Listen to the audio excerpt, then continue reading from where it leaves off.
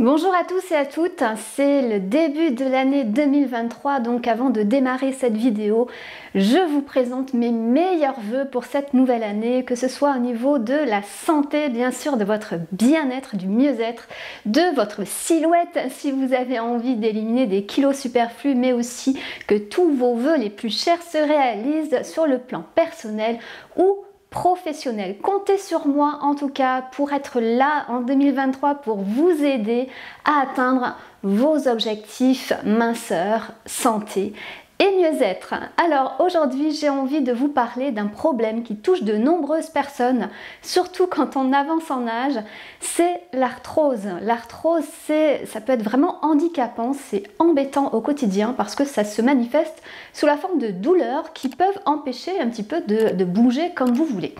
Il y a des solutions pour atténuer ces douleurs, pour éviter un petit peu que ça prenne trop d'ampleur. Alors, quelles sont ces solutions? Donc, on va parler alimentation, bien sûr. Avant cela, je vous invite à télécharger mon guide nutrition qui vous aidera de toute façon à lutter contre ces problèmes d'arthrose, ces problèmes qui sont surtout inflammatoires. Donc je vous propose mon guide nutrition à index glycémique bas qui va optimiser votre santé, votre silhouette, votre mieux-être. Vous y trouverez une semaine de menu avec des recettes saines et gourmandes. Et bien pour télécharger ce guide nutrition, regardez juste en dessous de la vidéo, vous avez le lien pour le télécharger en un clic. Et puis vous pouvez retrouver également ce lien de téléchargement dans le petit i qui s'affiche dans le coin de cet écran.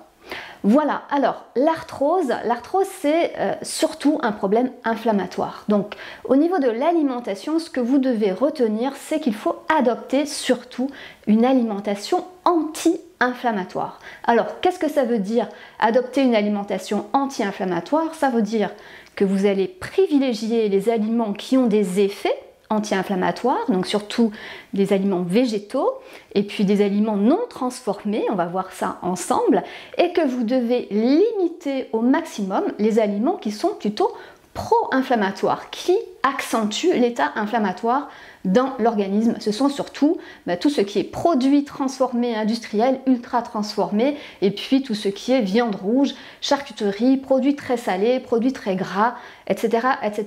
Ça ne veut pas dire qu'il faut faire une croix définitive dessus. Je vois souvent en commentaire, qu'est-ce qu'on mange finalement s'il faut supprimer tout ça?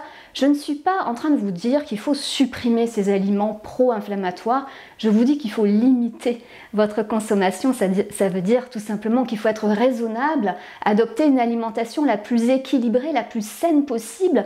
Mais bien sûr, vous pouvez continuer à manger de la viande rouge, de la charcuterie, si vous aimez ça. Donc l'intégrer dans votre équilibre alimentaire sans exagérer au niveau de la quantité et au niveau de la fréquence de consommation surtout.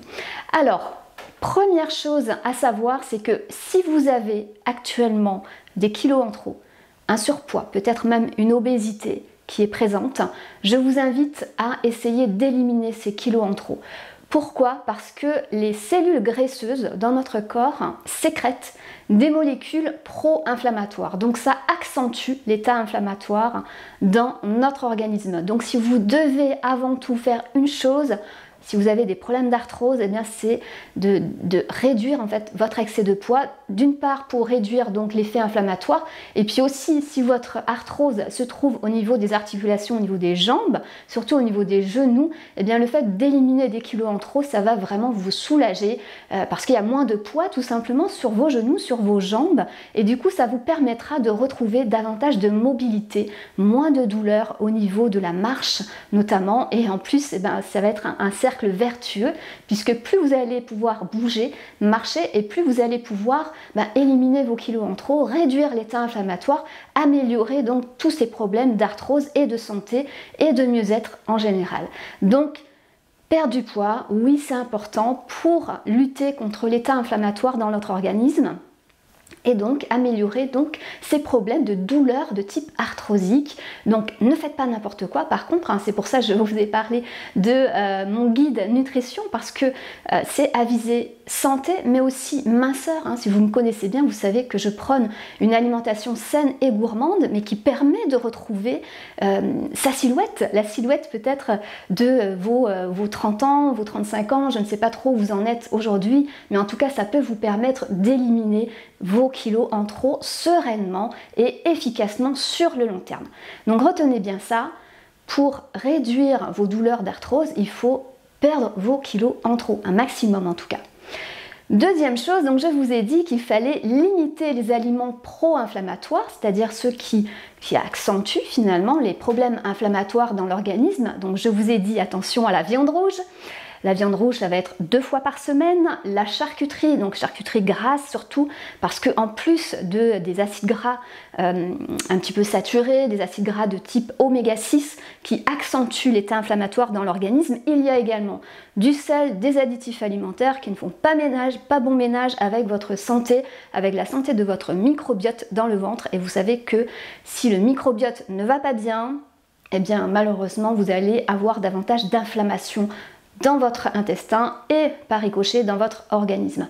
Donc chouchouter votre microbiote, c'est super important, et pour le chouchouter, eh bien, il faut limiter au maximum les aliments transformés qui contiennent beaucoup de sel, beaucoup de graisses bas de gamme, beaucoup d'additifs alimentaires, beaucoup de conservateurs, de colorants artificiels, d'édulcorants, etc. qui accentuent l'état inflammatoire dans votre intestin.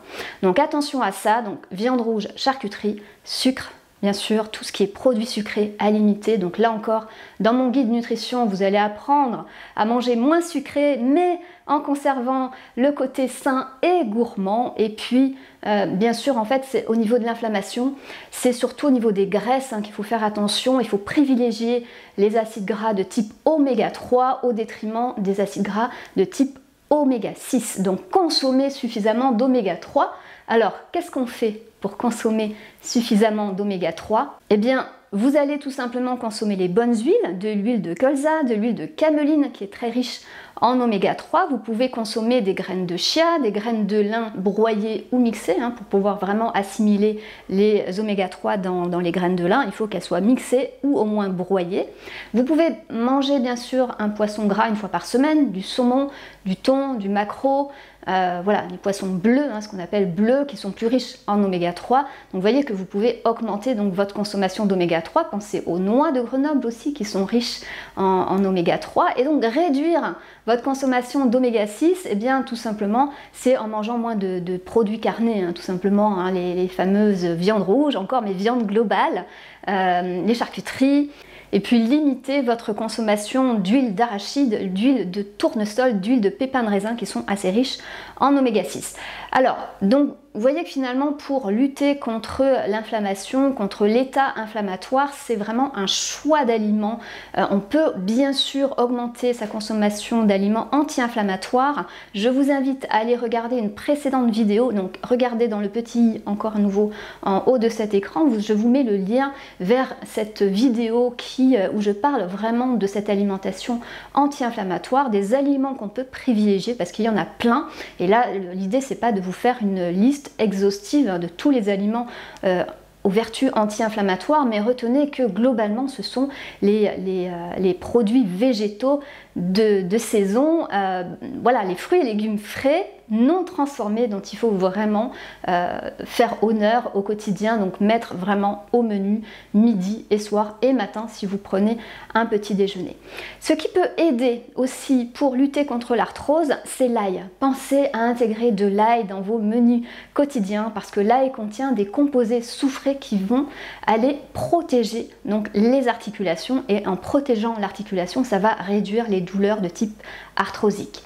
Pensez également à consommer suffisamment de vitamine D, ou en tout cas à aller vous promener à l'extérieur pour synthétiser de la vitamine D, parce que la vitamine D également a un effet donc protecteur au niveau des articulations. Vous pouvez penser aussi à faire des cures de collagène. Vous savez qu'avec l'âge, on perd énormément de collagène. Le problème, c'est que quand on en perd trop, on commence à avoir des douleurs au niveau des articulations, donc ça va se combiner avec les problèmes d'arthrose. De fait, de faire des cures de collagène, ça peut améliorer donc la qualité de vos articulations, protéger vos articulations et réduire vos douleurs de type arthrose.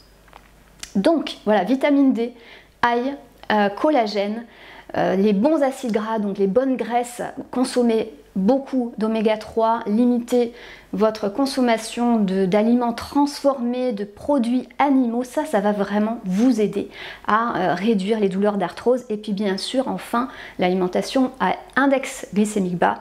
Donc je vous invite à regarder les autres vidéos sur cette chaîne parce que j'en parle énormément de cette alimentation que je prône depuis des années.